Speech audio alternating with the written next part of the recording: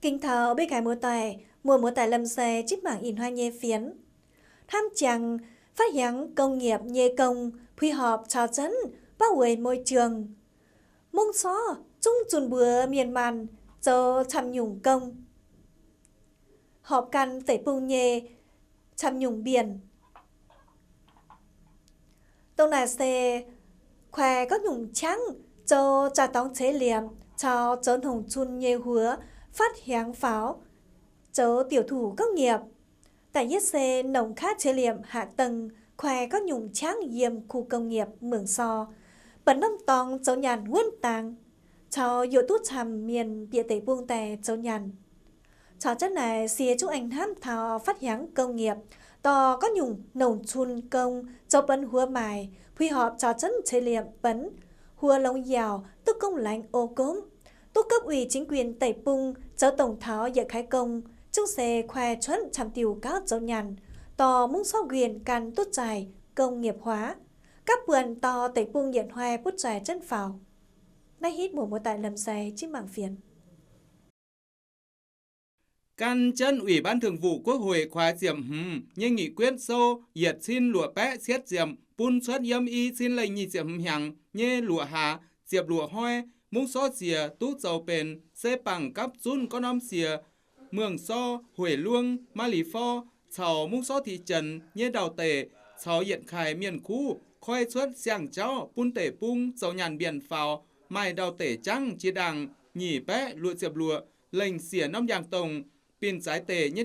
đao thảo nhì diệp xét nom giang tổng nít chân sông cỏ cua mày cua cha như tổng hề cảnh ma lù thằng chảo mày chăm tiêu chảo ton chìa sông cua biển pun miền màn mình tài mái mải hùa mung so xê lai châu xanh như hiện nom tổ pung khu tỏ hùa mày bịa xuân sông cỏ cua giang xìa mày phế diệm nom láng giang tổ dân phố chia đảng Pia xin nhị bé hứa miền, chia đảng nhị diệp pham xin lan miền khu, yếm này, mải chăm nhung miền dù chuồng yếm, hăng bể yêu miền, dê, unia, chào bè miu, mải chăm nhung quân hóa lống yào, chào mải công bố miền chăm, khu dấu nhằn biển pháo, bằng chân tể bung nhé, chăm nhung biển, chào yếm dù tể tàu, khu dấu nhằn, mung xó xìa, hám giang dầu công nghiệp, tiểu thủ công nghiệp, sẽ bền nhiệt tiêu cháu dấu nhằn quấn tàng siêu tú xin huế chám vào quấn tàng nải xê dấu chăm mảnh công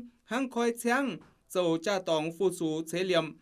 dấu khu công nghiệp yếm mường so chào dấu nông xuân nhé hùa dung xê dụa tú chăm siêu miền bịa tể bung dấu nhằn căn chất này phòng kinh tế dấu chiếu than cha pun xía như ủy ban nhân dân mai dạy dấu công nghiệp nải mảnh công yếm tể bung họp lệ.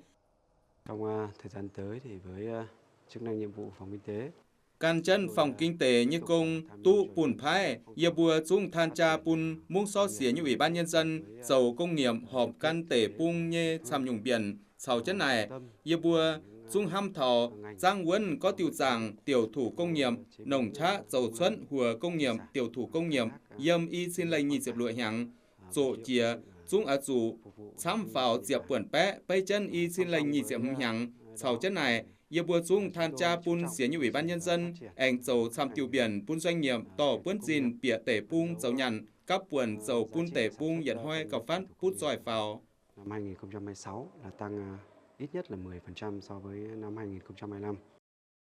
Khu công nghiệp mường so bền tu hiện năm tòng dầu nhằn quấn tàng, dụa tú chăm xíu miền tỏ bướn dìn bịa mung so xía, dầu công nghiệp như công, yếm dụ tể tàu biển, có nhung hạ tầng dung trình tông tú chế liệm quấn tàng biển pun xàm nóm doanh nghiệp tỏ bướn dìn bịa tể pung chế liệm có nóm nhà máy dầu nồng xuân như hùa dầu hùa công nghiệp phu sú chế liệm các vườn dầu xuân hùa chăm yếm xuân sau bến nhung công on tỉnh yếm tể pung quản dầu tú giảng biếu chìa này xe nhà máy dầu xuân pa so tú công ty cổ phần đầu tư sau chế liệm lai châu dầu chiếu Yết dung xê mài tổng dầu công trang thảo bua lệnh y hecta. Yết hàng dầu chuất diệp diều nôm xuân mài cầu xuân mài phù sù khé miền yếm của nhựa xanh chào mài chuất bè nôm xanh nồng xế liệm. Nhà mài dung chuất dìn dầu tông thảo dây chuyền công nghệ hiện đại. Công chân liu chào chế dồ ปัวจุนตุยแลนเว้นตังหนงใหม่เจ้าจุนใต้ปัวเหยียดจุงเซใหม่ป้วนจินฟ้าเถาเล็มโกหลัวเจียบตีจินเยียนเจียจะเเจ้าจุนกันเสียงกงเงจุงเซถึงปาซอเยจุนเจ้าชัดตายหอมกันกีทวนจุนสวยจุนแงงโยเจ้าตุยวนใหม่ตุชวนใหม่ตุจ่าหังตุแค่เมียนออยไม้จนหนงจุงกับป่วนถึงเตะปุ้งเมียนใหม่กงเจ้าอ่อนติงเซียวตุจินช้ำฝ่าวถึงเตะปุ้งซุยเยียนเจียจะเจ้าหยันชาวเจ้าปุ้นเตะปุ้งเหยียดห้อยปุ้ดจอยเจนฝ่าวcông ty xuất khẩu lụa diệm tỷ jin tại chế nhà máy dầu chun tông dầu chân chun mải với hin công ty trung tú có cấm có ngành hám thọ thành chá xăm tiêu yang này công ty trung mải công pun xăm lan tể pung như lào tổng miền dầu yếmจะโหเจ้ากันcông nghiệp hóa hiện đại hóa khoi sáng chào bó lập yi song sai chiêu trung xe tú tể pung như hùa công nghiệp xăm chén phào mai cầu cha tòng phu sú pun chế liệm có nhung hạ tầng khoi cháu bìa tòng dấu nhằn chào dầu xuân hùa mải on tình bằng chân tể pung như chăm nhung biển hăng khoi có nhung sáng trung xe thành tể pung như miền lò tú jin xăm nồng tể pung trung siêu tú suy xăm phào mải công pun tể pung như miền dầu tể pung mải chăm sáng yo biển pun doanh nghiệp dầu xuân hùa xăm mải anh mai tòng mải xuân on tình hiện hoi chỉ hiện hoi anh mai cầu xăm doanh nghiệp cần xuân puân jin mải có nhung mải công nghệ hiện đại dầu xuân hùa cầu lồng yào hám chẳng khoi xăm nhung sáng dầu bên hùa mải hăng bó lập yi mỏ lập yi muộn chào song giải chiêu mải hát dần xuống dầu lồng căn lễ quê tình bao huế lồng môi trường chào dầu bên hùa mải quên tàng có nhung dự án xuống tú kên lồng tông này xe kên dầu đảng chìa có nhung công hỏi thảo môi trường nồng trà chắn hỏi thảo tể pung như đào tể hỏi thảo cái hên miền yâm nhằn dầu công chào chân này tú chính quyền tể pung thành chá dùng hề dầu mấy nhung sâu dễ thành tỏ tể pung như hùa mải xuất nhiều quốc trà diếu thành cái dìa tú chăm tiểu công phê chát dầu biển pun doanh nghiệp khu dầu nhằn dầu hóm on phim tỏ bướn jin dầu nhằn lào đáo yếm tể pung bằng này dầu công nghiệp này mảnh công xe pun tể pung siêu tú jin huế chám vào trong cái việc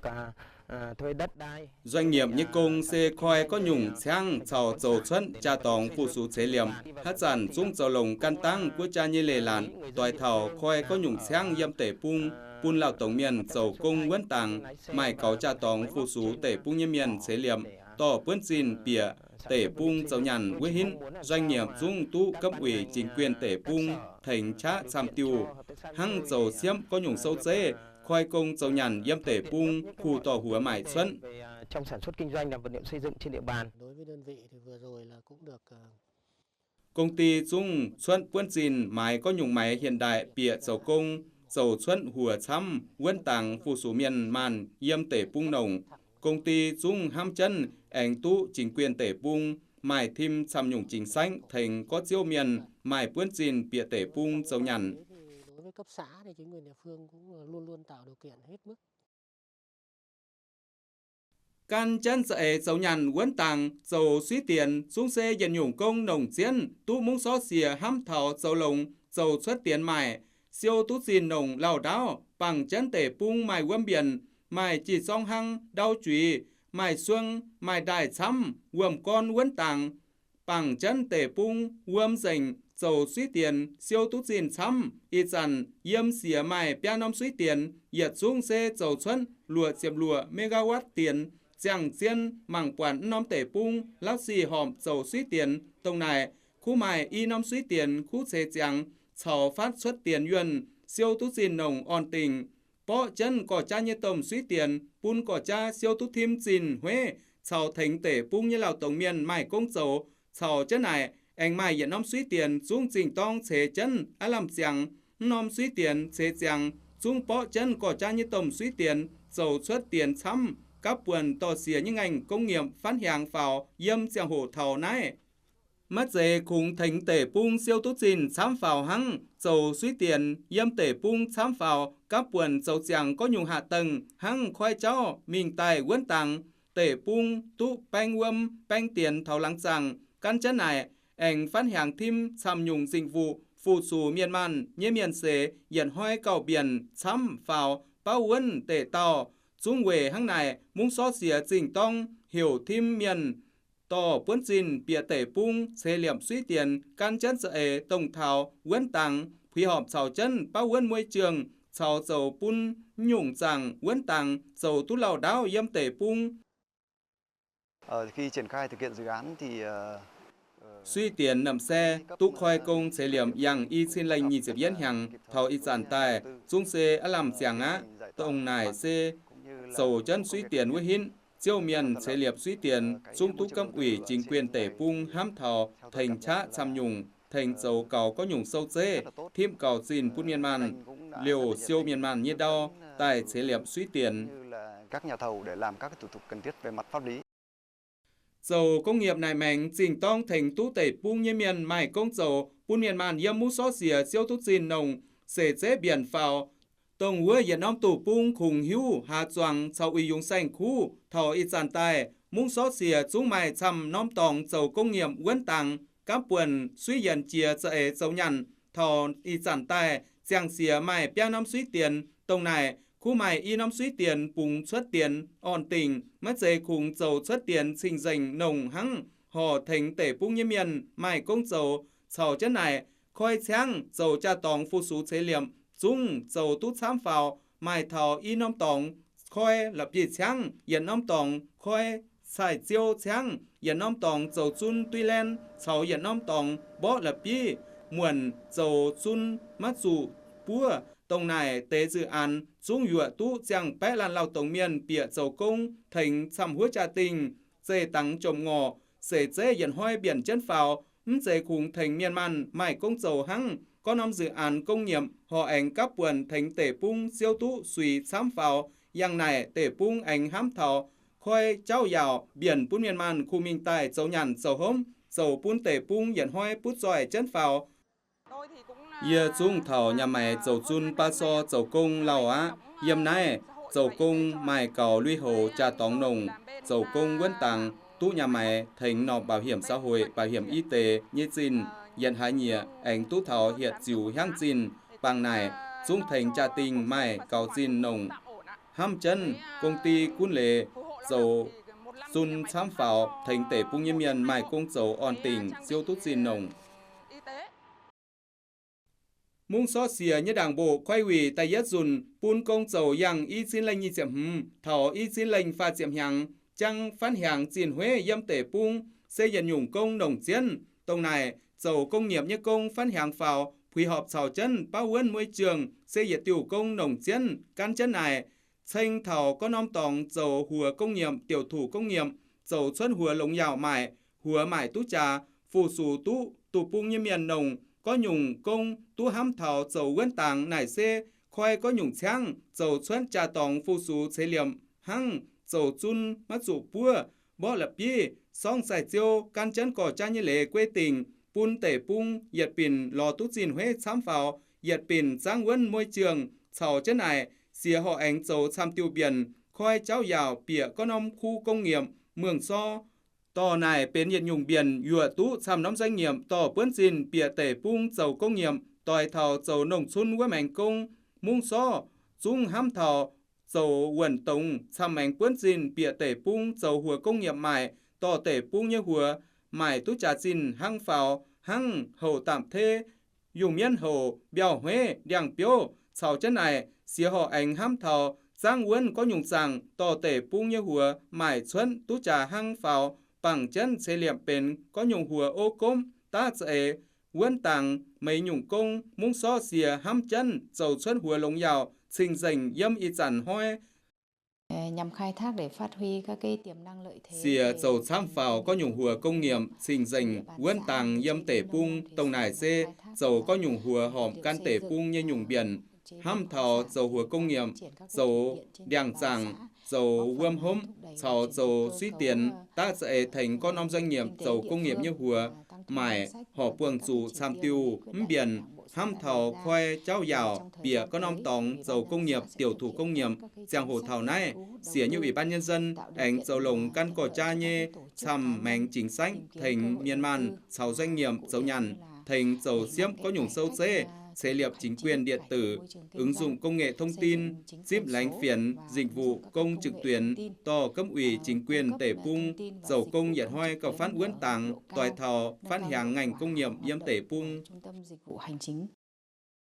Dầu công nghiệp dình tông bền nhiệt nhủng công, dầu tú dìn huế chăm, yếm mông xó xìa, các buồn dầu chàng cán dệ, dầu tú dìn huế chăm pháo yếm tể pung, thành tể pung yếm miền mải công dầu ổn tình, siêu tú dìn chăm pháo nồng, suy hiển chia dệ dầu nhằn uốn tàng, công nghiệp phát hàng pháo, dầu bền hùa mải, có nhung dịch vụ, dầu hồng hùa mải, dung chăm chân pháo, yang này mông xó xìa dung siêu tú dìn chăm pháo, phùn chân, dầu thảo y xin lệnh pha diệm hàng, siêu suy yếm tể pung, tú yang chiết bé diệu, pháo mình, dông bành yển hàng, yển lan miền dầu tú thảo, chiết diệm hâm diệu dìn nồng, dầu công yếm tể pung, dung xê tỏ tể pung như hùa, mải xuân nhỉa quốc, xăm pháo bia bẩn bé, khoai trăng tòng tỏ tể pung như hùa, mải xuân, sau chân này, xìa dung hăm chân bằng tể pung nhê, xăm nhung biển, dầu xuân có nhung hùa lống yào, tỏ tể pung như hùa, mải bùa hiểu, phùn chân yếm nôm nhiệm kỳ, dỗ chia, dung á dù tỏ tú bùa nhung hùa tú công lành ô công, phát hàng hùa công nghiệp, bền nhung giảng, uốn tàng thành mũ xót xìa, siêu tú dìn huế ổn tình.